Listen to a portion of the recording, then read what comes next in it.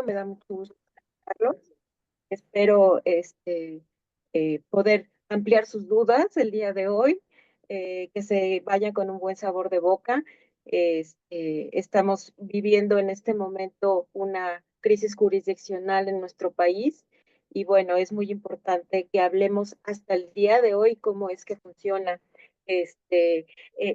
los tribunales colegiados de circuito en el sistema jurídico mexicano. Eh, Les digo hasta el día de hoy porque, bueno, estamos pasando por esta reforma constitucional que pronto pues estará encima de nosotros, prácticamente en el mes de septiembre vamos a sufrir cambios importantes a partir de esta reforma.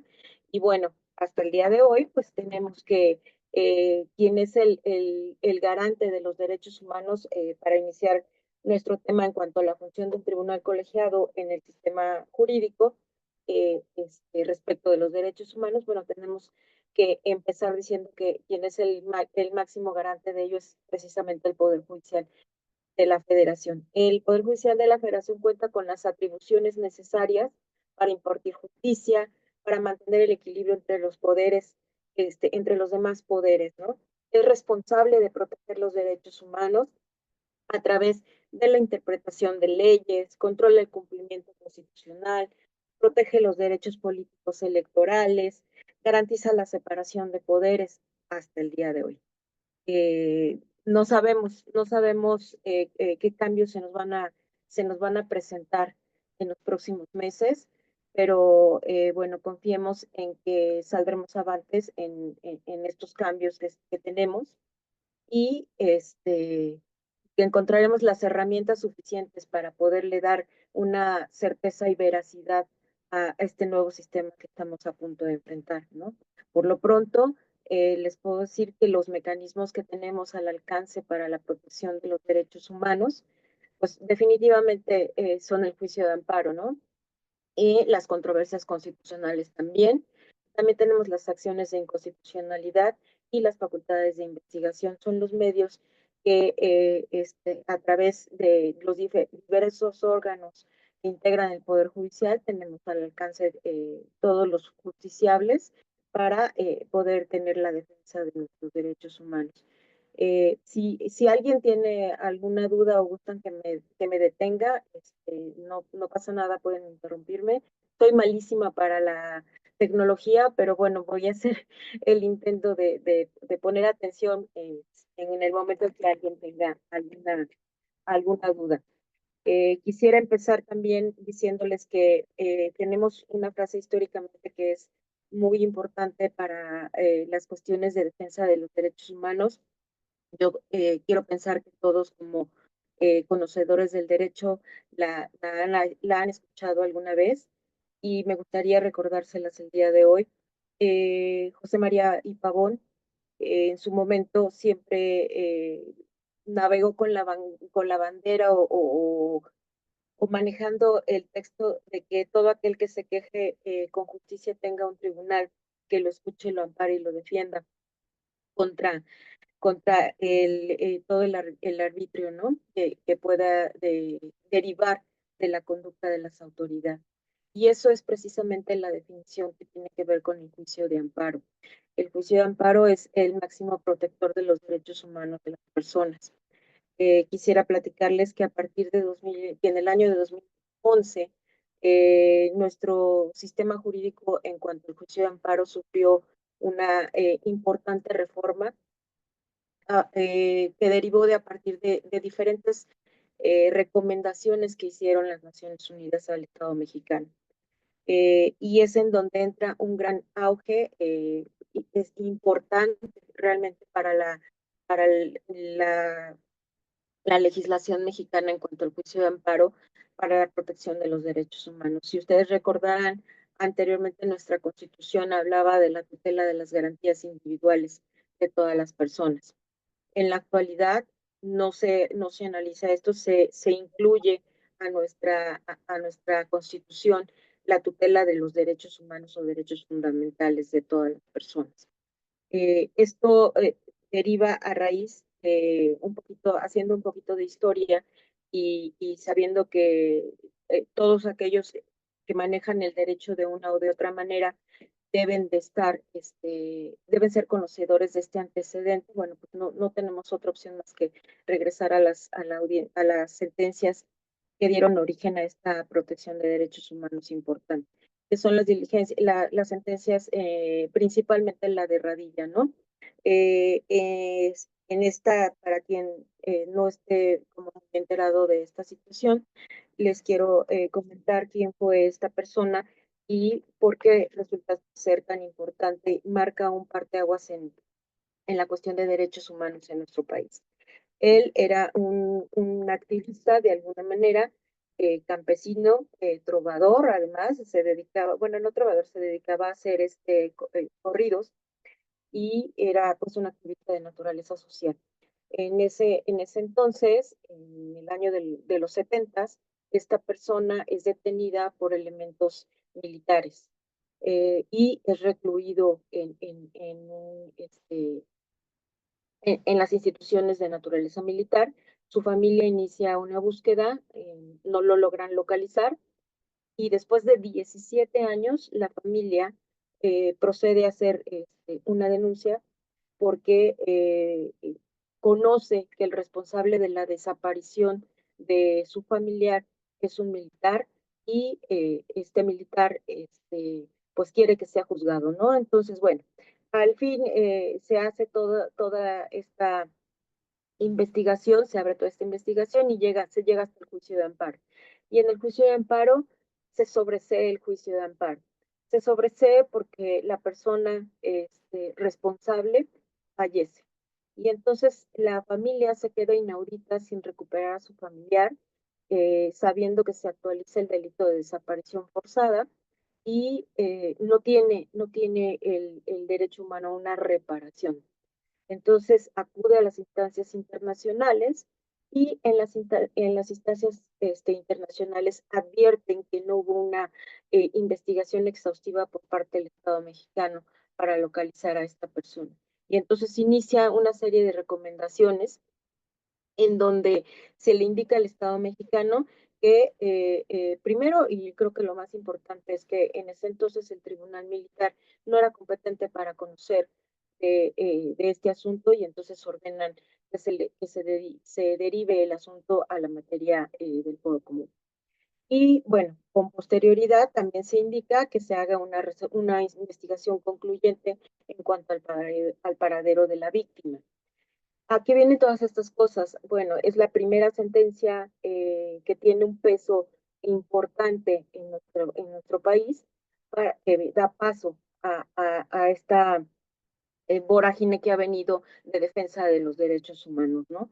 Entonces, a partir de ello, pues esto sucede en el año 2001, a partir de ello se empieza a trabajar mucho en la doctrina y en el reconocimiento de los derechos humanos.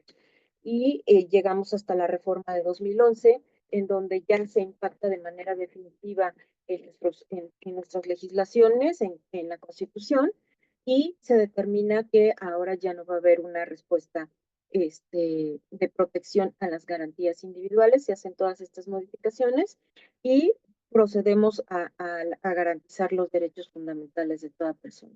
Y a partir de ello es que la Suprema Corte de Justicia de la Nación, bueno, empieza a trabajar arduamente en el reconocimiento de los derechos fundamentales y empieza a hacer una serie de elaboración de criterios jurisprudenciales que van marcando los lineamientos para la defensa de todos los derechos eh, fundamentales que ustedes se puedan imaginar. A partir de ello, les puedo decir que tenemos dos sistemas de tutela de derechos humanos, que es el nacional, que nosotros aplicamos a partir de la Constitución, y el internacional, que es aquella que se nos indica a través de las instituciones internacionales con quienes el Estado mexicano tiene suscrito algún tratado de naturaleza internacional. Aparte de esta sentencia también hemos tenido de Radilla, que es la que estábamos hablando, hemos tenido otro tipo de sentencias que también han marcado la importancia en el reconocimiento de los derechos humanos, fundamentalmente en el caso de las mujeres, ¿no? También cuando se defiende acerca de la violencia de las mujeres en Chihuahua, también es una de las resoluciones importantes y que le han dado trascendencia a el estudio de los recursos, de los derechos humanos, perdón. Hasta aquí alguien tendrá algo que comentar. Los escucho, no tengan miedo, no pasa nada. ¿No? ¿Nadie? Ok, bueno, vamos a continuar. Quiero comentarles qué alcances tienen lo que son las garantías, los derechos fundamentales, perdón. Les decía que es mucho más amplio que las garantías individuales. ¿Por qué? Pues porque engloba valores relevantes como son la dignidad, la libertad y la igualdad. Son mucho más amplias que lo que tiene que ver con las garantías individuales, que solamente se circunscriben en esa época a lo que establecía la Constitución. Y ahora no, ahora tenemos estas derivaciones dependiendo de cada necesidad que tengan las personas en cuanto a la defensa de sus propios derechos fundamentales. No necesariamente tienen que estar en el texto constitucional para que sean reconocidos. Bueno, y ahora vamos a pasar pues, propiamente a lo que es la función de los tribunales colegiados en el sistema judicial, que es en donde yo me desempeño. Y bueno, primeramente quiero decirles que la función fundamental de los tribunales colegiados se constriñe al análisis del juicio de amparo directo. Eh, Vemos otras cosas, pero bueno, ese es el peso del tribunal, el grueso de de los asuntos que se analizan dentro del tribunal. Y bueno, tenemos que el juicio de amparo se encuentra previsto en los artículos 170 y 171 de la ley de amparo y nos establece que procede en contra de las sentencias definitivas, laudos o resoluciones que ponen fin al juicio. Tenemos por ahí algunos criterios jurisprudenciales en donde nos establecen qué quiere decir aquellas resoluciones que ponen fin al juicio. Y bueno, serán aquellas que están, que sin decidirlo en lo principal lo dan por concluido, ¿no? A lo mejor no tendría, creo que, detenerme mucho en este tema, porque tenemos varios criterios en ese sentido y ya la propia ley también ya lo define como tal. Se conoce de sentencias definitivas, laudos, emitidas por los tribunales judiciales, administrativos, agrarios o del trabajo. También en materia laboral, recordarán que también hemos tenido una reforma importante con la desaparición de las juntas laborales y entonces, bueno, ahora también tenemos ese cambio significativo en donde ya son los juzgados de quienes atienden específicamente a las cuestiones de de naturaleza laboral y nosotros conocemos de las sentencias en ese sentido. Todavía nos quedan algunos laudos que analizamos que han sido emitidos por las juntas, pero bueno, finalmente, a partir de la reforma también que sufrió el sistema laboral, pues ahora ya no conocemos prácticamente de laudos, solamente es lo que queda pues de remanente antes de que se diera entrada a los juzgados de distrito para el conocimiento de estos asuntos, ¿no? Bueno, también conocemos de otros aspectos, no nada más del juicio de amparo directo, ¿no? Manejamos lo que es los recursos, el recurso de revisión, tenemos el recurso de revocación, de reclamación, perdón, este, y recursos de queja también, analizamos incidentes de inejecución, inconformidades, en fin, cada uno tiene sus propias modalidades y conocemos de todos estos asuntos, pero bueno, el grueso de los asuntos de los que nosotros analizamos tienen que ver con el juicio de amparo directo propiamente. También conocemos, perdón, conflictos competenciales entre los órganos jurisdiccionales. Y bueno, sí, como podrán ver, tenemos una amplia gama de cuestiones que analizamos dentro del tribunal colegiado, ¿no? No nos limitamos nada más a un tipo de estudio. En el caso mío, yo trabajo en un tribunal colegiado de naturaleza mixta, en donde conocemos de todas las materias. Nos convertimos en todólogos para analizar un poquito la naturaleza de todos los asuntos en diferentes materias. No las conocemos a plenitud a veces todas y bueno, pues nos toca estudiar a veces un poquito más en cuanto a ciertos temas que son un poco más complejos, ¿no? O que no tenemos en la cotidianidad en el tribunal.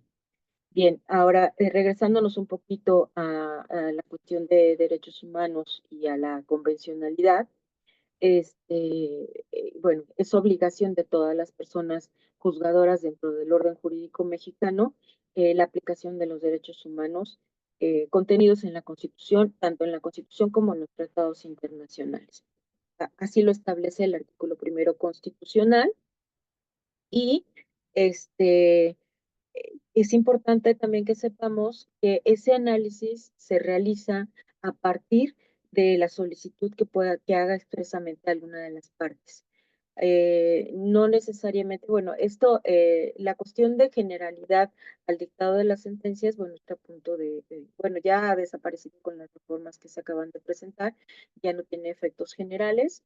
Y entonces aquí cuando hacemos un análisis de inconstitucionalidad necesariamente tendrá que ser a partir de la petición que haga cada una de las partes para que nosotros podamos proceder al análisis de la inconstitucionalidad de algo. ¿Qué es lo que se tiene que analizar en función a la convencionalidad? ¿Cómo debemos analizar en un tribunal colegiado al resolver una sentencia este aspecto llamado convencionalidad? Bueno, es un estudio que se plantea de las normas y tenemos un sistema a través del cual tendremos que validar la aplicación, validar o no la aplicación de esas normas, ¿no? Es por eso que todos los órganos colegiados tenemos la obligación de realizar un control de convencionalidad y ex oficio, ¿no? Tanto para normas sustantivas como para normas procesales, eso es bien importante. Tenemos que salvaguardar derechos fundamentales, podemos hacerlo no solamente para aspectos sustantivos como la vida, la libertad, ¿no? También podemos hacerlo, se puede hacer respecto de cuestiones de naturaleza procesal. Quisiera explicarles más o menos qué es en cuanto a la naturaleza procesal, como qué es lo que podemos defender como un derecho fundamental. Y no me queda un ejemplo más claro que decirles en materia penal, ¿no? Cuando podemos hablar de la exclusión de pruebas ilícitas, es un derecho fundamental del procesado, este, salvaguardar esta circunstancia. Entonces, como podrán ver, no se circunscribe la protección de los derechos fundamentales a los aspectos sustantivos, sino también a los adjetivos a través de la norma, ¿no? Este, También tenemos establecido por parte de la Suprema Corte de Justicia un mecanismo ya para proceder a hacer el análisis de la convencionalidad en un asunto. Y bueno, lo primero que te marca la Suprema Corte de Justicia de la Nación es que debes de dar una respuesta frontal. Eso también es fundamental. Eh, por ciertas características de la naturaleza de la materia de algunos asuntos, pues sabemos que tenemos el estricto derecho, sabemos que tenemos la suplencia de la deficiencia de la queja, y bueno, en el caso de estricto derecho, a veces no es tan sencillo que nosotros como órgano demos una respuesta frontal porque existen estos impedimentos, ¿no? Una de las cuestiones que más han alentado esta reforma judicial que estamos viviendo ahora es la cuestión de una aplicación o una respuesta de justicia plena y quizás en este aspecto, no lo sabemos aún, conforme vaya pasando el tiempo en la aplicación de esta reforma judicial nos daremos cuenta, pero quizás esto vaya a ir cambiando un poco. ¿Por qué? Pues porque ante las deficiencias de los planteamientos de defensa que se hacen vía agravios o vía conceptos de violación, hay algunas ocasiones en las que no podemos dar una respuesta frontal como te lo exige la Suprema Corte de Justicia de la Nación, y no porque esté equivocado o no, sino simplemente que tenemos que respetar los principios que rigen el juicio de amparo, y entre ellos pues está el estricto derecho, ¿no? Entonces, al tener que respetar este principio, bueno, estás impedido para hacer el estudio de convencionalidad conforme a los lineamientos que establece la Suprema Corte de Justicia de la Nación. Eh, pero bueno, con la evolución que estamos teniendo, no sabemos hasta qué punto esto vaya a tener sus modificaciones, ¿no? Porque también el aplicar un análisis de convencionalidad no quiere decir que no consideres la existencia de los presupuestos formales, que es a lo que yo me estaba refiriendo hace un momento, ¿no? Que tienes que respetar los principios que rigen al juicio de amparo, como es el estricto derecho. Entonces, tienes que salvaguardar primero los presupuestos formales, también las cuestiones de procedencia de las acciones intentadas. Tampoco, por ahí tenemos varios criterios de jurisprudencia en donde te dice que no porque tú alegues una cuestión de convencionalidad vas a dejar de analizar la procedencia del juicio de amparo, por ejemplo, ¿no? Definitivamente tiene que ser procedente para que tú puedas enseguida analizar correctamente o hacer una valoración de convencionalidad de la norma, ¿no? ¿Qué significa ex oficio? Significa que los jueces tienen la facultad de controlar las normas que van a aplicar de cara a la Constitución y a los tratados internacionales sobre los derechos internacionales en los que el Estado mexicano es parte. ¿Cómo voy a hacer esto? Bueno, primero tengo que identificar el derecho humano que se considere vulnerado. Si yo no logro hacer eso dentro de al dictado de una sentencia, es infructuoso la alegación de derechos fundamentales. Entonces, lo primero que tengo que hacer como operador del derecho es identificar cuál es el derecho vulnerado que me están alegando. Tengo que determinar cuál es la fuente de ese derecho humano. ¿Cómo lo voy a determinar? Bueno, a través de las múltiples jurisprudencias que tenemos de la Corte, nos permite hacer una identificación plena de cuál es la forma en que lo voy a analizar. También debo determinar ya finalmente si la norma es constitucional o convencional, ¿no? Entonces, y ese estudio lo voy a hacer a través de una confrontación. Las normas, debemos de recordar que las normas nunca pierden la presunción de ser constitucionales, sino hasta que el resultado del análisis de convencionalidad así te demuestra lo contrario, ¿no? Pero de entrada, toda norma tendrá esta presunción de ser constitucional. Bien, con esto cierro el tema que tiene que ver con la función de los tribunales colegiados en el sistema judicial y el control de convencionalidad. Si por ahí tienen alguna pregunta, adelante.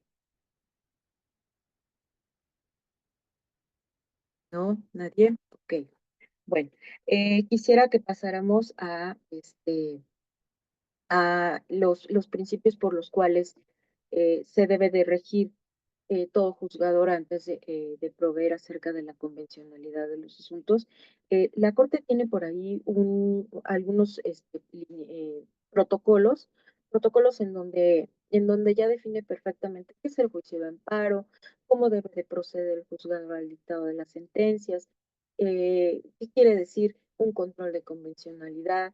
Eh, los invito a que chequen algunos de los protocolos, son muy sencillos, son muy claros de analizar y son interesantes, ¿no? Porque nos permite digerir perfectamente lo que es el control de convencionalidad. En algunas ocasiones nos parecería como complicado o como efímero, ¿no? Creo que pudiera ser un poco subjetivo el análisis de la convencionalidad, lo es. Sin embargo, a partir de que conozcas cuáles son los pasos a seguir para hacer un análisis en ese sentido y puedas hacer una confrontación de la norma, será mucho más fácil entender cómo es que se aplica el control de convencionalidad al dictado de las sentencias. A partir de ello, pues bueno, les reitero, todas las autoridades que deben y que están inmiscuidas en el dictado de una resolución, bueno, pues tendrán que promover, respetar, proteger y garantizar todos estos derechos humanos a través de una interdependencia, universalidad, progresividad, igualdad y no discriminación.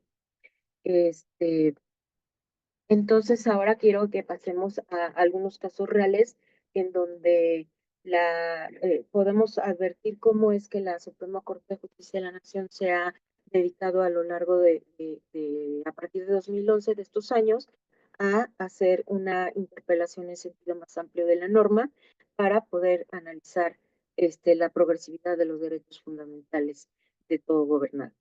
Y bueno, a lo mejor podríamos plantear algunos supuestos. Ha hecho muchos pronunciamientos en cuestión de salud, el derecho humano a la salud, muchos pronunciamientos actualmente en cuanto a salvaguardar el medio ambiente.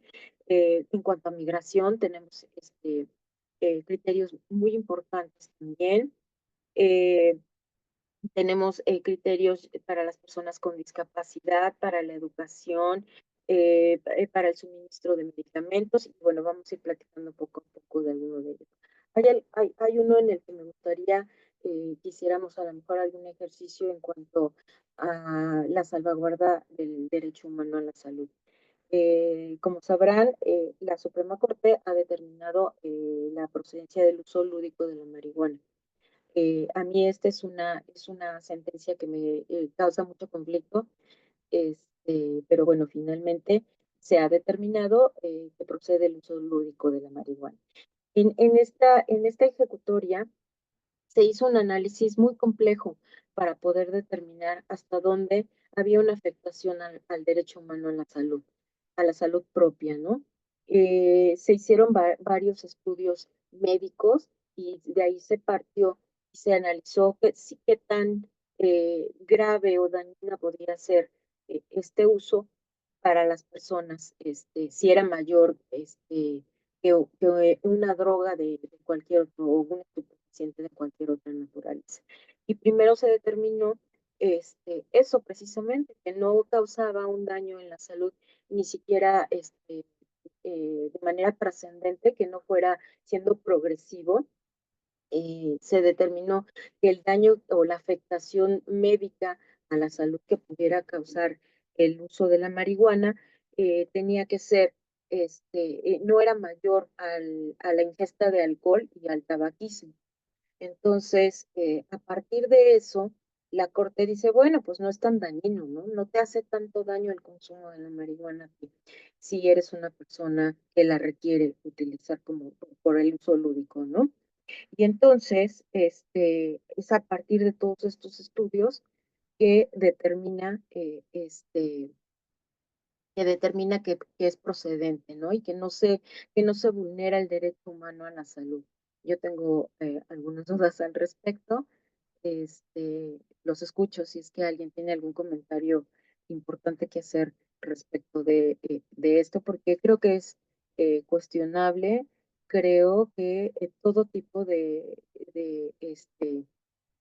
estupefaciente o droga de esta naturaleza, pues te genera un daño en tu salud, aunque no sea mayor que el tabaquismo o que el alcoholismo. Sin embargo, bueno, la Corte es parte del hecho de que como ese tipo de drogas, como con el tabaco y el alcohol, están permitidas para todas las personas y la equipara al mismo daño que causa la marihuana, bueno, pues entonces determina que es posible el uso lúdico.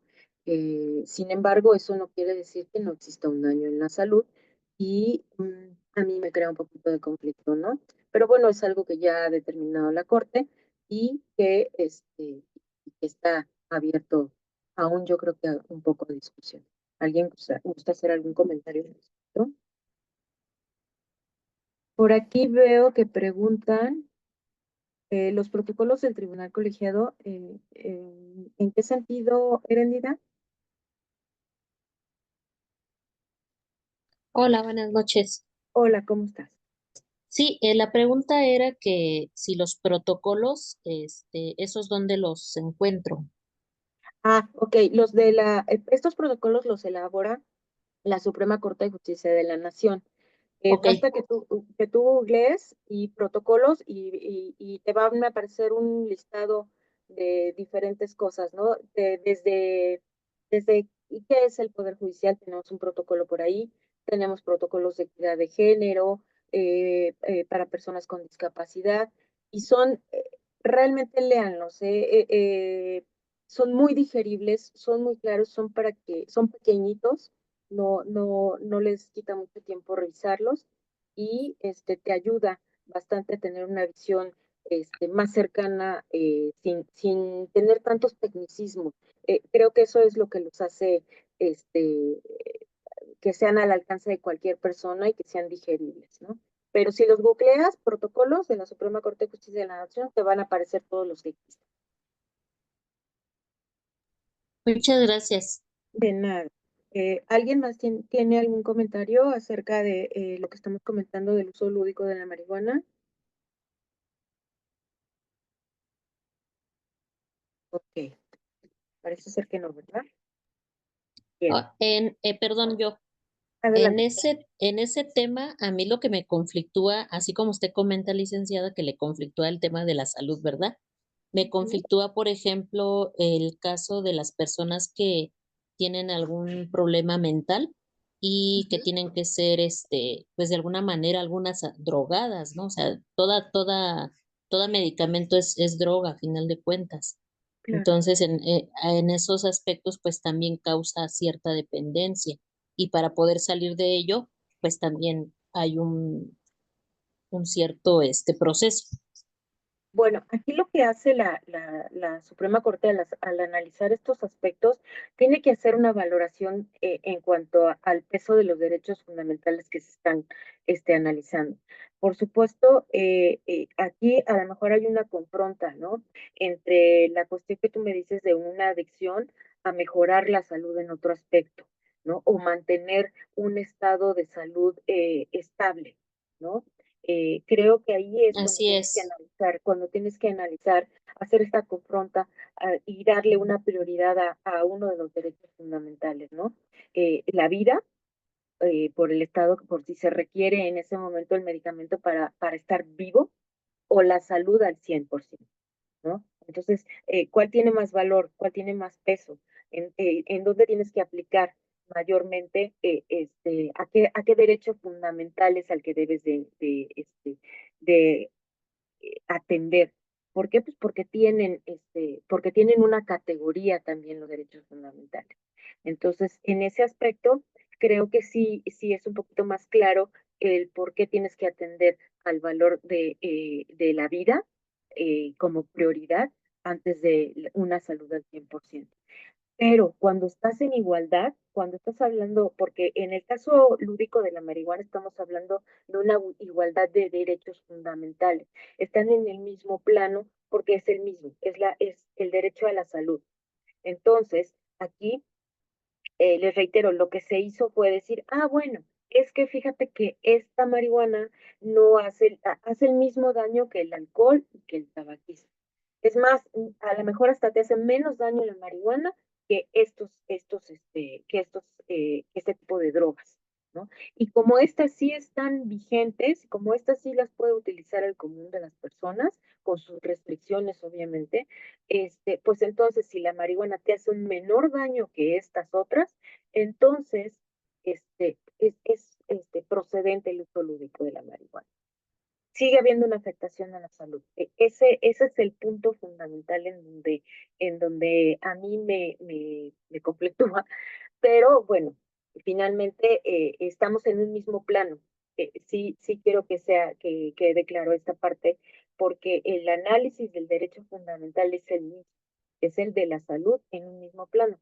En cambio, en el caso que nos plantea Erenidad, no, es diferente, porque ahí tenemos que hacer una valoración de cuál es el derecho humano que debe de prevalecer sobre el otro, que es un poquito diferente, ¿no? ¿Sí nos queda claro, Erenidad? Sí, muchísimas gracias. Ok, perfecto. Bien, creo que no hay alguna otra duda en cuanto a esta jurisprudencia. Quisiera que pasáramos a otra ejecutoria que también en la actualidad tiene mucho auge, que es el tema de los niños con cáncer. Tenemos varias jurisprudencias en donde se analiza la circunstancia, primero, existe en materia laboral, existe la licencia para los padres que tienen hijos con cáncer. Bueno, eh, me regreso un poquito. En la legislación del Instituto del Seguro Social, el IMSS y el ISSSTE, existía un artículo en donde permitía a los padres específicamente a los padres con hijos con cáncer, pedir licencias de trabajo,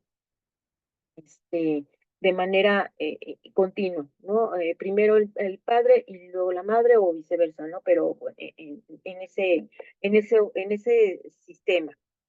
Y se presenta una inconstitucionalidad acerca de este artículo, de estos artículos, y bueno, se declara procedente la inconstitucionalidad y se determina que el derecho de los padres debe ser contiguo, a la par, puede ser a la par para los niños con cáncer, pero no nada más eso, se determina también que no solamente es un padecimiento de naturaleza grave o evolutivo a grado tal que ambos padres requieran estar al cuidado del menor en este tipo de padecimientos. No solo debe ser el cáncer, ¿no? Sino también que existen otros padecimientos que tienen la misma importancia y trascendencia en cuanto a los hijos y que requieren la atención por parte de ambos padres a la par. Y entonces también pretenden salvaguardar el derecho del trabajo y el derecho de la salud. Estas jurisprudencias son bien interesantes porque aquí no se hace una confronta, como a diferencia de lo que estábamos haciendo hace un momento, ¿no? No se hace una confronta en cuál es el derecho este, que debe de prevalecer sobre el otro, no. Aquí lo que hace la Corte es decir, bueno, estamos frente a dos derechos de la misma naturaleza y entonces, ¿qué sucede? Vamos a proteger a los padres contra el derecho a su trabajo para que no los despidan en un momento dado, o no les descuenten los días que requieran, porque como saben, en el caso de los chicos con cáncer, bueno, pues ellos tienen radiaciones, quimioterapias, y ese es un proceso prolongado y que se hace además cada 20 días o cada 3 semanas, ¿no? Y entonces los niños requieren pues una atención médica y por parte de los padres pues continua. Entonces, eso impacta de dos maneras, impacta en los padres e impacta en la salud del menor. En el caso, específicamente en la materia laboral, se hace un estudio donde se dice que ambos padres pueden pedir de manera simultánea una licencia de trabajo por el tiempo que corresponda al tratamiento del menor para que ninguno de los dos esté en riesgo de perder su trabajo y puedan seguir percibiendo su salario para poder solventar los gastos que genere este padecimiento a la familia, ¿no? Ese es por un lado el análisis que se hace a este derecho fundamental. Por otro, no menos importante, pues es el derecho a la salud del menor.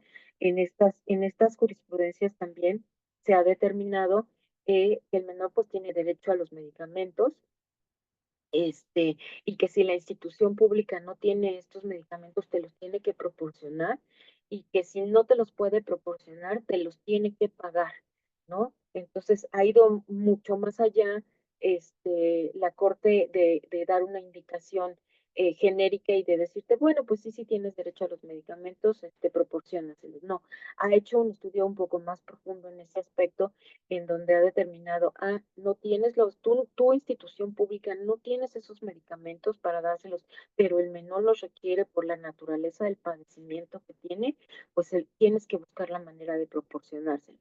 No encuentras los medios, todavía más, o sea, no encuentras los medios para proporcionárselos. Entonces que la familia del menor solvente el gasto, pero te pueden pedir que tú les hagas el reembolso de esos medicamentos. Entonces, creo que en esta parte específicamente la Corte sí ha hecho un estudio sustancial en cuanto a las consecuencias de la falta de medicamentos. Y aparte les venía yo diciendo que también analiza y declara la inconstitucionalidad de estos artículos no solamente atendiendo a los niños con cáncer. Analiza en específico en estas ejecutorias la atrofia muscular y bueno, y dice que tiene las mismas connotaciones y las mismas consecuencias médicas que pudiera tener para los niños con cáncer y entonces lo amplía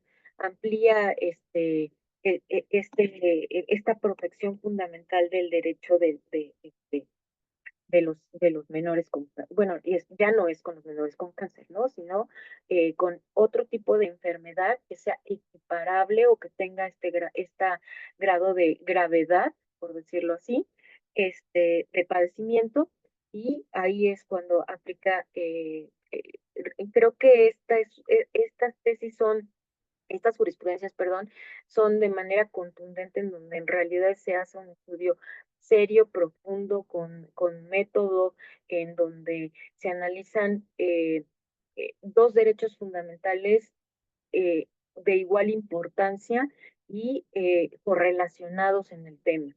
Creo que vale la pena que les den por ahí alguna revisadita para que puedan este, advertir lo que les estoy comentando en este momento. En cuanto a esto, nada. Ok. Pasemos a otra. Ah, perdón, aquí tengo una pregunta. ¿Cómo integran en la práctica los criterios de la Corte Interamericana en la elaboración de los proyectos de resolución? Bueno, quiero entender que la pregunta va encaminada a cómo los integramos al dictado de las sentencias en los tribunales colegiados. Bien, no necesariamente tenemos que aplicar, o sea, no estamos obligados a aplicar todos los criterios que emita la Corte Interamericana, ¿no? Estamos obligados a aplicar aquellos que veamos que son justificables dentro del dictado de la sentencia, ¿no? Nosotros tenemos una legislación propia y una constitución en donde están establecidos los lineamientos de la forma en que debemos de proceder en uno u otro caso. Esto quiere decir que solamente cuando nuestra constitución no tenga previstos estos lineamientos o estos aspectos que debemos abordar en la protección de los derechos fundamentales, entonces atenderemos a los criterios de la Corte Interamericana. De lo contrario, si nosotros tenemos los elementos suficientes para poderle darle solución en el dictado de la sentencia, aplicamos nuestra propia constitución y nuestros propios criterios jurisprudenciales. Solamente que vayan, o sea, que tengamos algo que vaya en contra de lo que determina el Estado mexicano, bueno, entonces ya es un análisis totalmente diferente, ¿no? Eh, Espero que haya quedado un poquito claro el cuestionamiento. Ujú. Bien, pasamos a otra sentencia que también me parece irrelevante en estos momentos en los que estamos viviendo esta reforma judicial, y tiene que ver con la migración, con el aspecto de la migración.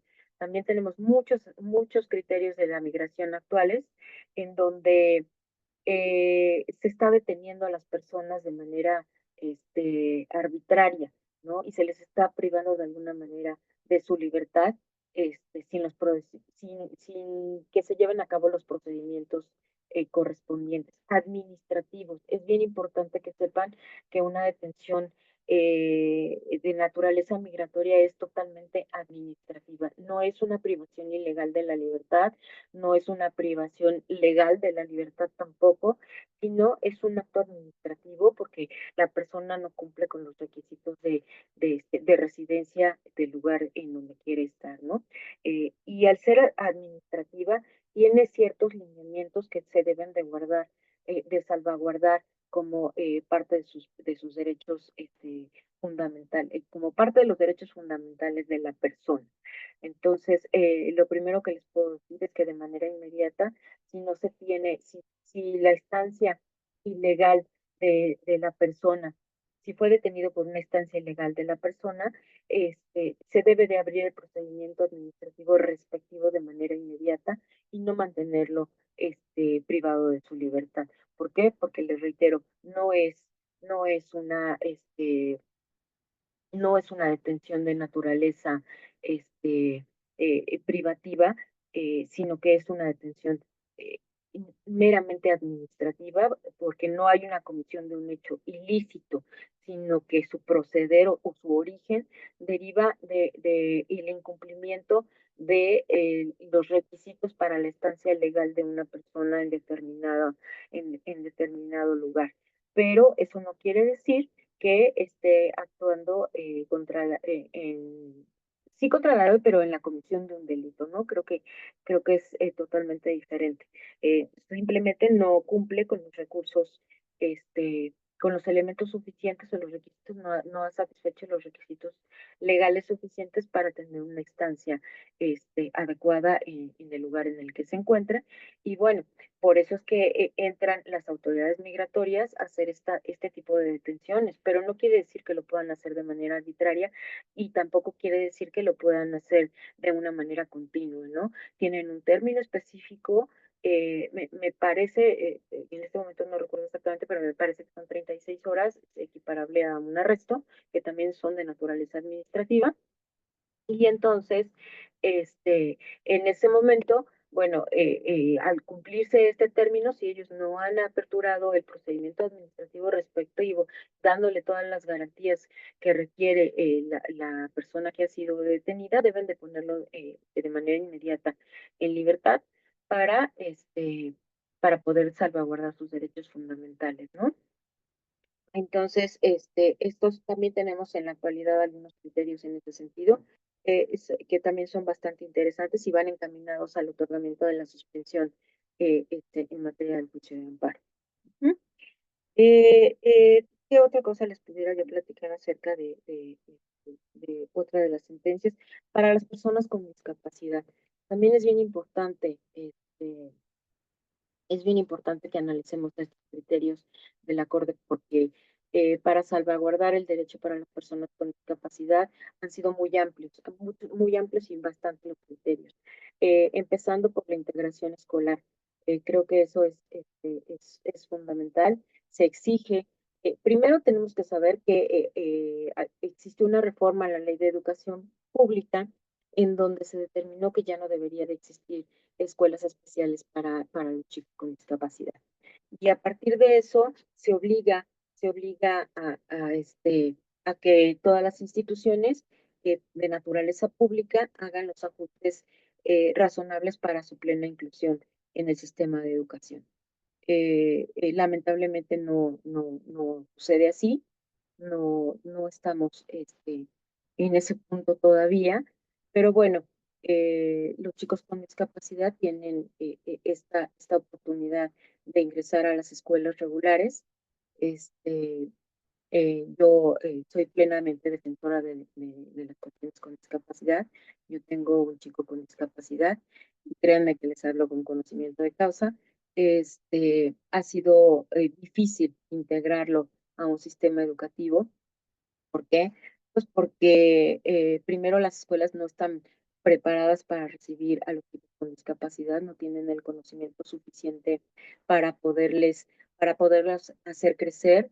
Eh, Tampoco nosotros como sociedad estamos a un 100% aptos desde chiquitos, desde que vas a la época preescolar, primaria, secundaria, no estamos tampoco preparados para convivir con discapacidad porque no tenemos esa cultura escolar, ¿no? Hemos avanzado, sí hemos avanzado en ese tema, pero en realidad nos falta mucho, ¿no? En la actualidad también les puedo decir que hay una figura que se llama protector sombra, que es una persona que puede acudir a las instituciones con los chicos con discapacidad y tomar clases con ellos en las instituciones para que ellos con posterioridad le den un sentido a lo que pudieron haber aprendido en las clases, ¿no?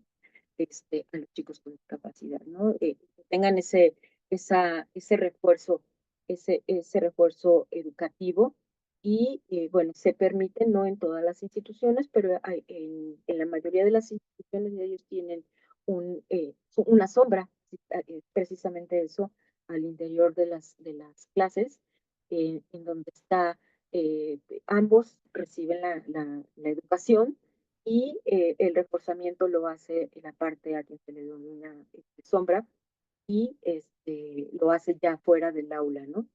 Entonces, eso por un lado. También tenemos por otro lado, no todo, o sea, no todas las discapacidades te impiden acceder al sistema de educación. También eso es importante, ¿no? Eh, este, Cuando tienes una discapacidad en cuanto a un órgano, a la falta de algún órgano, bueno, pues también se le exige a todas las instituciones escolares que tengan las áreas salvaguardando este derecho de la educación a las personas con esta circunstancia de vida, pues que tengan los accesos, las sillas, los barandales, las rampas, en fin, o sea, debe de estar por lo menos en lo más elemental el acceso para las personas que tienen una circunstancia de vida diferente y puedan tener una seguridad social y una vida digna al interior escolar, ¿no? Entonces, también tenemos estos temas que son de trascendencia en cuanto a la salvaguarda de los derechos fundamentales de las personas. No sé si tengan alguna otra, algún cuestionamiento en cuanto a alguna ejecutoria o algún criterio que les llame la atención respecto de la salvaguarda de los derechos fundamentales.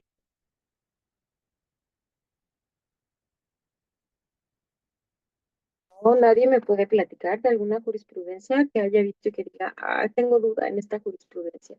No sé por qué la están aplicando en este sentido. ¿No?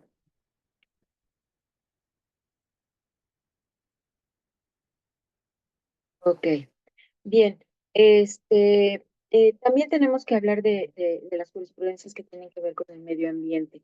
También son las que están en boga en este momento y se ha dado mucha importancia a la salvaguarda del medio ambiente. Todos tenemos un derecho a vivir en un ambiente sano, libre, bueno, en este caso podríamos manejar libre, por ejemplo, del cigarro, del humo del cigarro, un ambiente en donde no haya contaminación, en donde tenemos muchos problemas con las empresas, por ejemplo en el caso de las empresas con los desechos industriales. Entonces también ya la Suprema Corte se ha pronunciado en ese sentido, en el que es importante salvaguardar estos derechos a una vida libre de afectación ambiental en todos los ámbitos, ¿no? A una vivienda digna, a que en tu casa a un lado pues no haya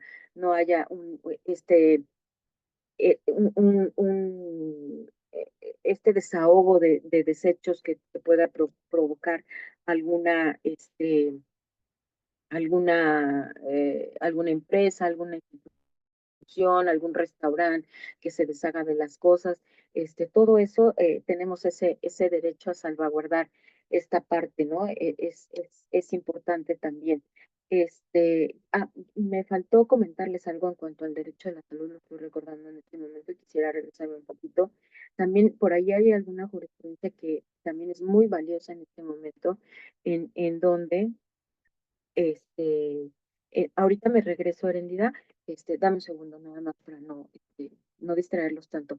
Este, en donde se salvaguarda el derecho de los menores cuando están enfermos a saber el tipo de padecimiento que tienen, y el tratamiento que van a percibir, que van a recibir. Es bien importante esta jurisprudencia, porque hace un análisis en donde determina que tú le debes de decir que las autoridades médicas que lo están atendiendo por el padecimiento que tiene, tienen la obligación de informarle al menor sí y solo sí el menor tiene la madurez suficiente de entendimiento del proceso médico por el que está pasando. Creo que es un paso grandísimo porque nosotros como papás a veces queremos proteger tanto a nuestros hijos que no nos damos cuenta que ellos tienen la capacidad para poder decidir acerca de su salud también. No quiere decir que a lo mejor puedan tomar plenamente una decisión en este aspecto, pero sí tienen derecho a estar informados. Creo que lo más importante que salvaguarda esta jurisprudencia es la información a todo lo que sucede con tu cuerpo y cómo vas a sobrellevar un procedimiento médico. Entonces, a través de esta jurisprudencia, que les digo, para mí es sumamente novedosa y creo que es trascendente, define la Corte y exige a la comunidad médica, porque no es tanto a los padres, sino a la comunidad médica que deba hacer del conocimiento del menor qué padecimiento tiene, cuáles son las consecuencias de su padecimiento, qué tratamiento debe de llegar y en su caso a decidir si quiere o no tomar ese tratamiento o someterse a una operación quirúrgica. Sí, solo sí tiene el nivel cognitivo para poder tomar una determinación en ese aspecto. Creo que es un paso bien importante en la defensa de los derechos de los menores, ¿no?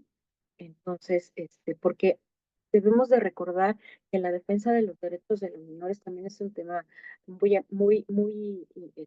aparte, ¿no? Porque es muy especializado en todo lo que guarda relación con el interés superior del menor, ¿no? Y debemos de recordar que es precisamente el interés superior de él, nunca será el interés de los padres, de ninguno de los padres. Nunca podremos darle este mayor importancia a lo que los padres quieran, porque ese es el interés de ellos mismos. En cambio, en esta se ve plenamente reflejada, en esta jurisprudencia plenamente reflejada la protección del menor al derecho a la información de la situación médica que pudiera estar pasando, ¿no? Entonces creo que es muy relevante y es importante que la traigamos a la mesa para comentarla. Ahora sí, me voy a regresar con Herénida. Herénida me comenta que en su comunidad existe un crematorio. Bueno, tendríamos que analizar con más, o teníamos que entrar en un contexto un poquito más, más grande. ¿Podrías platicarme qué pasa con ese crematorio, Herénida? Lo que pasa es que, pues, emite mucho, pues yo digo contaminación, porque ya los últimos años, bueno, con el tema del COVID hubo infinidad se ocupó ese crematorio muchísimo, pero Ujú. actualmente ya, las emisiones que saca ¿cómo se llama? Del horno, Ajá. ya son muchas al grado que en dos ocasiones se ha la gente llenado, o sea, la nube ha bajado a tal grado que cubre completamente a las personas. Entonces, eso no sé en qué tema se pueda ver. Yo creo que es ambiental, sí, totalmente es ambiental. Ujú. No conozco bien te mentiría si te dijera que conozco toda la reglamentación alrededor de la existencia de un crematorio. La verdad es que nunca, nunca he tenido que resolver un asunto de esa naturaleza, pero bueno, de entrada yo pensaría que tienen que cubrir ciertos lineamientos para poder establecidos al estar dentro de una comunidad, ¿no? Creo que debe de haber un reglamento de la Secretaría de Salud en donde se establezcan los lineamientos a seguir para el correcto funcionamiento de un crematorio. Ahora, si esto está causando a una comunidad, está causando un daño por la emisión de gases tóxicos que emite al proceder a su funcionamiento, bueno, ustedes como sociedad tienen, tanto en lo individual como en lo colectivo, eso es también importante, tienen a su alcance el juicio de amparo para hacer valer este derecho fundamental como es al medio ambiente, ¿no?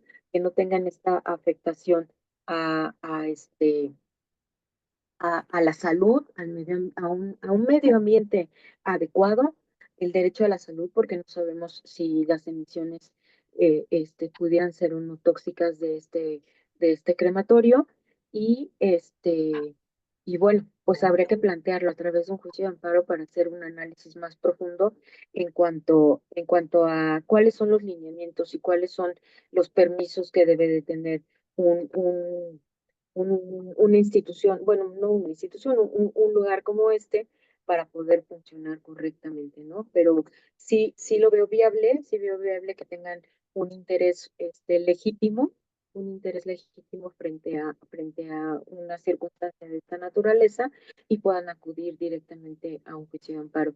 Me parecería que habría que acudir a un juicio de amparo indirecto, no a un juicio de amparo directo. No hemos hablado del juicio de amparo indirecto porque, bueno, nuestro tema tiene que ver con los tribunales colegiados, pero bueno, podemos hacer alguna por ahí, algunas aclaraciones en cuanto al juicio de amparo indirecto. Eh, eh, el juicio de amparo directo, no, indirecto, perdón, sabemos que conoce contra actos de autoridad, pero no definitivos, ¿no? Entonces, quizás pudieran hacer un planteamiento en ese sentido y aquí supongo que será para todos conocido más o menos cómo es el trámite de un juicio de amparo indirecto. Se plantea la demanda de amparo, se señala quién es la autoridad responsable en este caso, tienes que precisar cuál es tu acto reclamado, tienes que además hacer tu planteamiento en cuanto a los antecedentes que le dieron origen al acto reclamado y tienes que hacer tu exposición en cuanto a los conceptos de violación, ¿no? Y bueno, con algunas otras formalidades que están establecidas en el artículo 108 de la ley de amparo, ¿no? Bueno, y una vez que tú haces este planteamiento y que resulta procedente de entrada tu demanda de amparo indirecto, el juez procede a hacer a fijar el señalamiento de la audiencia constitucional, fecha y hora para la audiencia constitucional, procede a requerir informes justificados por parte de las autoridades señaladas como responsables y y aparte le da intervención a la gente del Ministerio Público. En términos generales, es muy general lo que les estoy comentando. Este, y a partir de la presentación del informe justificado, la parte quejosa en su momento tendrá la oportunidad de ampliar su demanda a partir de los razonamientos o de las exposiciones que se hagan en este informe justificado, si es que así lo considera procedente, y tendrá que ser, bueno, pues en función al acto reclamado o a los conceptos de violación que se hagan valer. Una vez ya integrado debidamente el expediente en ese sentido, pues se procede a dictar la sentencia correspondiente, la cual será recurrible a través del recurso de revisión y en donde ya entramos los tribunales colegiados y nos corresponde conocer de este recurso de revisión para ver si se hizo el pronunciamiento correcto en cuanto a los planteamientos tanto de la parte quejosa, porque la litis se integra, la litis constitucional en el juicio de amparos se integra con la demanda y con los informes justificados. Entonces, si se hizo un análisis correcto en ese sentido, se procede a hacer un pronunciamiento a través del recurso de revisión. O, de lo contrario, en la revisión no existe el reenvío. Entonces, nosotros tenemos que asumir jurisdicción en el tribunal colegiado y proceder al análisis directo si es que hubo alguna omisión por parte del juez de distrito, de analizarlo y nosotros procedemos a resumir jurisdicción y hacer el pronunciamiento que se omitió o a lo mejor respecto de alguna causa de improcedencia que se hubiera hecho valer ya en el recurso mismo de revisión, nosotros tenemos que hacer ese análisis. El único momento en el que se lo podemos regresar al juez de distrito, pues es a través de una violación al procedimiento y es en donde ya no estamos en posibilidad nosotros de emitir un pronunciamiento en cuanto a esa determinación, porque se deberá de reponer el procedimiento, ¿no? Bueno, a grandes rasgos esto es lo que tiene que ver con el juicio de amparo indirecto y creo en este caso, en el caso de la existencia de un crematorio, me parece que pudiera plantearse un acto reclamado en materia de amparo indirecto, sin que tenga yo en este momento los elementos suficientes como para poder hacer un análisis más profundo, porque les reitero, no he visto un asunto de ese tipo, ¿no? Pero bueno, creo que existiría de entrada un interés legítimo en cuanto recibes esa afectación de manera directa, con la emisión pudiera ser de los gases tóxicos que pudiera emitir el crematorio, ¿no? Entonces, Ok, espero que nos haya quedado un poquito claro. Me salió un poquito del tema, pero creo que era necesario muchísimas gracias, muchas gracias. de nada para darle un poquito más de claridad. ¿Alguien tiene algún otro cuestionamiento que tenga que plantearme? Todo, soy muy buena entonces, porque creo que a nadie a nadie tiene ninguna duda. Eso me preocupa. Me preocupa mucho que no tengan ninguna duda. A ver, los chicos de Sonora, entraron muy animados. ¿Dónde están? A ver, por aquí tengo. Ajá. A ver, quiero. No veo a los chicos de Sonora. A ver, ¿dónde están? Déjenme, me regreso tantito. Bueno, aquí estamos. Ah, muy bien. Dime cómo se pronuncia tu nombre. ¿Nayibe? Sí. Ok, Nayibe. Platícame, ¿qué te parece? ¿Qué tienes alguna duda de algo? ¿Algún comentario?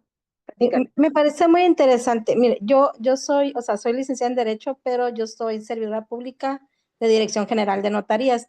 Y entonces Ok, yo no he tenido la oportunidad de estar en el litigio o en litigio de amparo o en el departamento jurídico en el que yo pertenezco. Otras compañeras hacen contestación de amparos. No tengo ese, mm, posibilidad de hacerlo. Pero me pareció muy interesante el que hay una jurisprudencia ya para las personas vulnerables, ¿no? En este caso, los niños con cáncer, porque pues creo yo que hay muchas personas que lo necesitan y que nosotros como abogados debemos de tener esa información también para poderlos eh, ofrecer, ¿no? En su momento, pues, ¿no? En el litigio.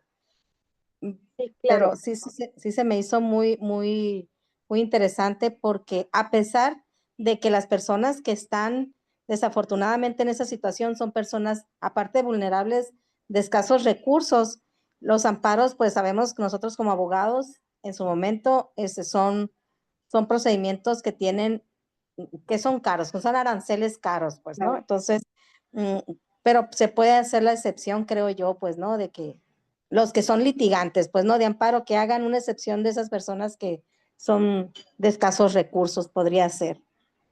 Sí, a Es ver, todo. gracias. Creo que lo más importante de esta plática que estamos teniendo, a lo mejor no es los tecnicismos jurídicos, ¿no? A lo mejor no, no, no tiene tanta trascendencia el que yo sepa la definición de convencionalidad, cuál es el mecanismo para aplicar un análisis de convencionalidad, porque a lo mejor no todos son operadores del derecho en el sentido de que tengan que redactar una sentencia y tengan que decir el derecho, ¿no? Creo que lo trascendente de esta charla que estamos teniendo el día de hoy es que conozcamos cuáles son los derechos fundamentales que existen y cómo podemos en la vida cotidiana, en la vida diaria, proteger esos derechos. No necesitamos ser licenciados en derecho para para tener este conocimiento. Creo que es un conocimiento que sirve para toda una sociedad, para nuestra propia vida diaria. Y debemos de saber la manera en que lo podemos salvaguardar y debemos saber que hay alguien, en este caso la Suprema Corte de Justicia de la Nación, que se ha encargado de darle ese impulso a estos, a estos derechos, ¿no? Entonces, es muy importante que como sociedad tengamos este conocimiento, no nada más de que existen estos derechos, sino de cómo los vamos a proteger, cómo a quién le debemos de pedir que nos los proteja, cuáles son los planteamientos que debemos hacer, cuáles son esos mecanismos que existen para que yo los, este, los haga valer, ¿no? Y cuáles son las respuestas los resultados que me ofrece la Suprema Corte de Justicia, que me dice, ah, no, niños con cáncer o niños con atrofia muscular son fundamentales, hay que salvaguardar el derecho de estos chicos, pero no nada más para ellos, también para otros chicos que tengan padecimientos de la misma naturaleza. ¿Y cómo los voy a ayudar? Yo como órgano protector, máximo protector de los derechos humanos, ¿cómo los voy a ayudar? Bueno, tengo que hacer un análisis profundo de cada paso a seguir para ver hasta dónde puedo llegar yo como protector de los derechos fundamentales. ¿Qué voy a hacer? Bueno, primero pues voy a ver que les den medicamentos, porque eso es lo que requieren. Sí, ok, ya vi, pero bueno, tenemos un sistema de salud deficiente, sí, muy deficiente. Entonces, ¿de qué me sirve que yo diga, tú, menor, tienes derecho a que te den, medicamentos. Si la parte que te está obligada a dártelos no tiene la capacidad ni económica, ni de estructura, eh, este, de institución como tal, de proporcionártelos. ¿Cómo voy a resolver ese problema? Bueno, entonces tu institución pública no los tienes, busca dónde los puedes conseguir. No los puedes conseguir. Ok, entonces, ¿qué vamos a hacer? ¿Tu papá tienes a tu alcance los medios para conseguirlos momentáneamente? Sí, sí los tengo. Ok, consigue el medicamento. Y después la institución pública te tiene que cubrir a ti ese gasto. Entonces, como ven, es una cadenita de resultados que fue avanzando en este estudio, en donde llegó a la última consecuencia. Por eso creo que es bien importante que analicemos las diferentes jurisprudencias sobre un mismo tema, porque en esta ejecutoria específicamente de los niños con cáncer, que les decía yo, se analizaron dos derechos fundamentales, el que tiene que ver con la materia laboral para los padres y el de la salud del menor. Se analizaron muchas cosas y dieron origen a 3 o 4 jurisprudencias diferentes. En este momento no las tengo aquí al alcance como para poderlas decir, pero pónganle cáncer y de inmediato les van a aparecer cuando las busquen en el semanario. Este, les digo, o sea, fueron muchos aspectos los que se analizaron y fue muy, muy importante. Creo que fue más allá la Corte en su estudio. Y bueno, pues ahora con esta reforma judicial que estamos viviendo, esperemos, esperemos que podamos salir adelante en cuanto a estos temas también. Se pugna por un acercamiento social en donde también está implícito un derecho humano, ¿no? El derecho a la información, el derecho a la atención pública, el derecho a exigirle a un funcionario público que resuelva correctamente, que tenga una experiencia suficiente. Y eso pues está en manos de todos, ¿no? Está en manos de todos, este, pugnar porque se salvaguarde también ese derecho y continúe la Suprema Corte haciendo estudios de naturaleza tan profunda como este estudio, en donde analice todos los aspectos, visualice de manera integral hasta dónde yo puedo proteger, a quién puedo proteger y cómo lo voy a proteger. Eso es muy importante. ¿Ok? A ver, vamos a ver, veo por acá. Muchas gracias, Rosalinda, por tu comentario. Heréndida nos dice, yo me titulé el año pasado y aún no he hecho mucho, pero ya quiero empezar. Perfecto, me parece muy bien, Heréndida. ¿En qué te gustaría desempeñarte? Pues me Maestra, gustan muchas materias, fiscal, mercantil, básicamente eso, pero pues también he estado tomando cursos de notaría y todo eso, entonces, pues es que es muy amplio el Sí. derecho, quiero todo. Bueno, sí tenemos muchos aspectos en donde podamos desempeñarnos, ¿no? Nos podemos desempeñar en la función pública, en lo particular, como defensores, este, eh, tenemos muchos lugares en donde poder desempeñarnos. Te escucho, Erendit. maestra, perdón, tenemos aquí un comentario un poquito atrás de Michelle. Dice, tratándose de salvaguardar al medio ambiente, ¿cuál considera usted que sea la tesis con mayor impacto en la protección de derechos? ¿La del agua, extracción y desechamiento, la de los desechos como dióxido de carbono, áreas verdes o protegidas, zona costera? Híjole, yo creo que todas tienen la misma importancia, tienen diferentes impactos dentro de nuestra sociedad. Creo que ahorita a lo mejor de entrada yo te podría decir que es muy importante la protección del derecho del agua. Creo que ese es un mínimo vital que todas las personas debemos de tener y a lo mejor haciendo una valoración respecto de todos estos puntos, creo que quizás la más importante desde mi punto de vista sea la protección del derecho del agua, porque a partir de esa protección podemos salvaguardar diversos derechos, ¿no?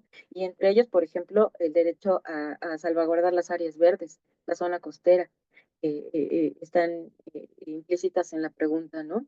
Entonces, si no tenemos esta protección del derecho del agua, pues quizás no podamos salvaguardar nuestras áreas verdes, ¿no? Es lo que decía hace un momento. Tenemos que hacer una valoración a veces, no necesariamente en todos los aspectos, pero a veces sí tenemos que hacer una valoración de cuál es el derecho que debe sobreponerse a otro. No siempre se hace así, pero bueno, si estamos en un mismo nivel, creo que no es necesario, pero al momento en que se contrapone un derecho con el otro, sí tenemos que hacer una valoración de ese tipo. ¿Alguien más quisiera comentar algo? Oaxaca, por ahí estaba Oaxaca y no hemos platicado con Oaxaca. A ver, déjenme, me regreso.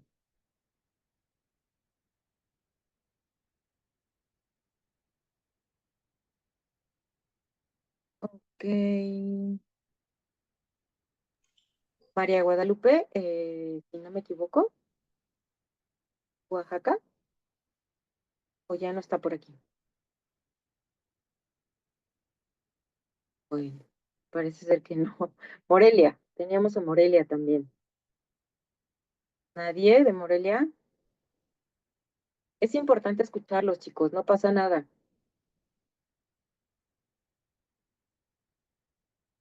No, bueno, parece que no.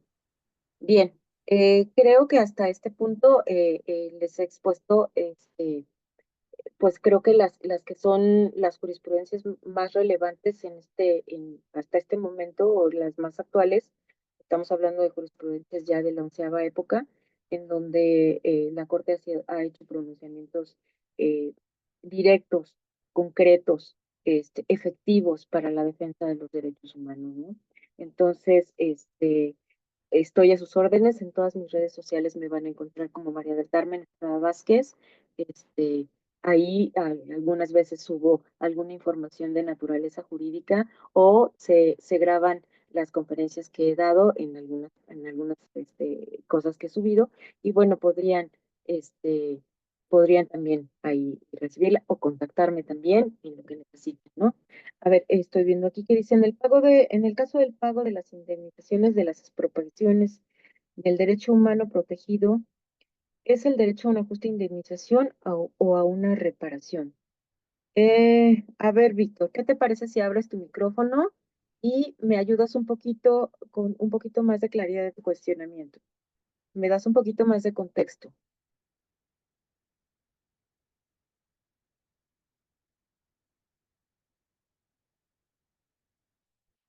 Víctor, no te veo. Anímate, Víctor, no pasa nada.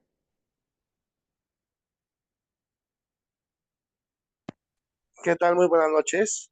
Hola, ¿qué tal, Víctor? Un gusto. Gracias, igualmente. La cuestión es que yo estoy llevando actualmente procedimientos de expropiación.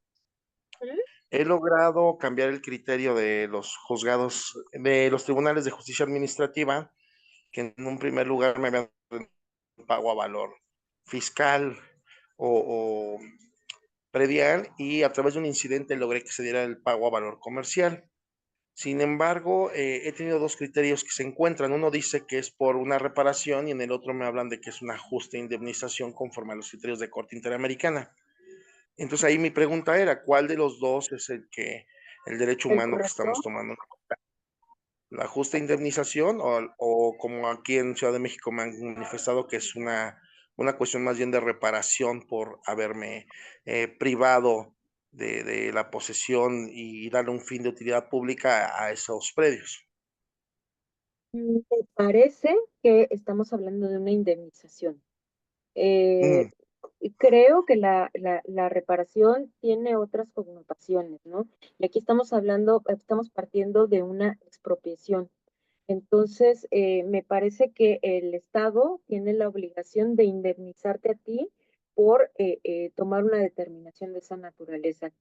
Mm, Sin tener un conocimiento más profundo de lo que me planteas, de entrada yo me inclinaría por decir que estamos hablando de una indemnización.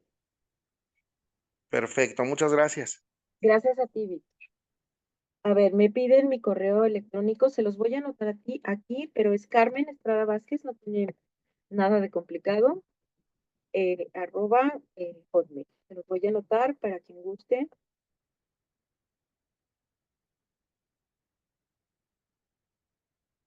Y les reitero, mis redes sociales con mi nombre completo me pueden encontrar Facebook, Instagram, X, hasta TikTok hago. Entonces, estoy a la orden para todos ustedes, cualquier cuestionamiento. Yo laboro en el primer tribunal colegiado del 29º circuito que está en Hidalgo, y pues me encuentro a sus órdenes.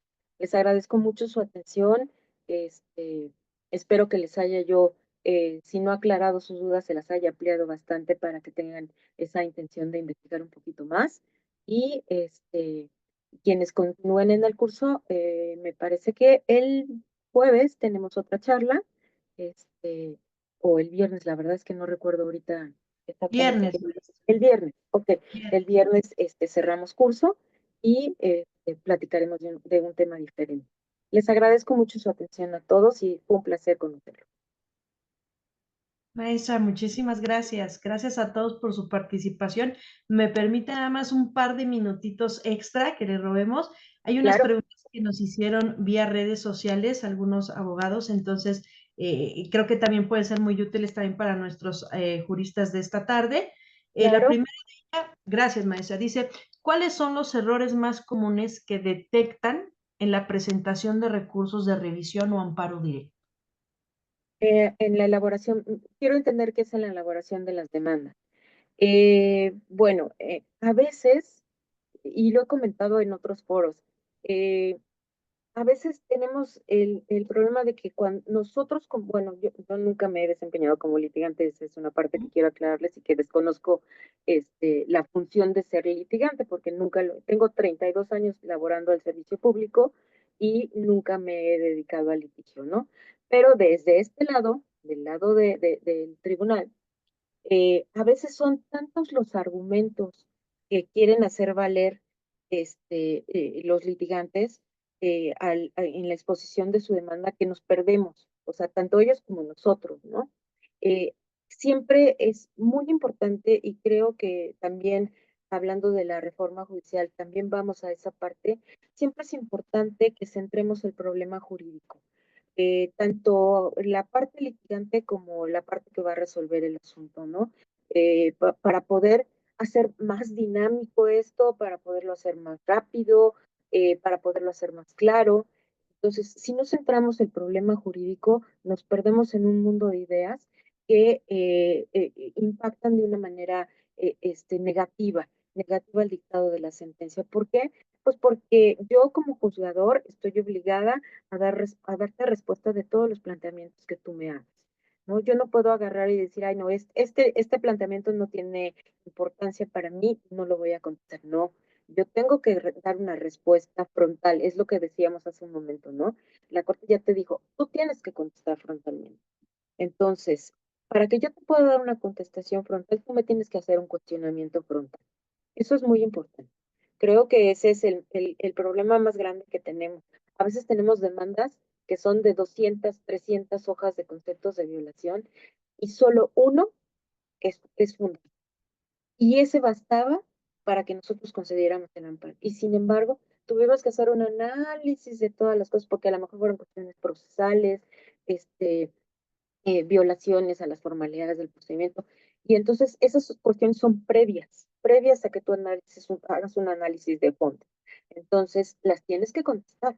Y a lo mejor contestaste 200 hojas que no tenía ningún sentido que tú las contestaras porque finalmente el punto central tenían razón. Entonces creo que ese es un problema que tenemos ambas partes, ¿eh? No es propio de la parte del abogado litigante. También nosotros a veces, ante tantos planteamientos, nos podemos perder al dar una respuesta.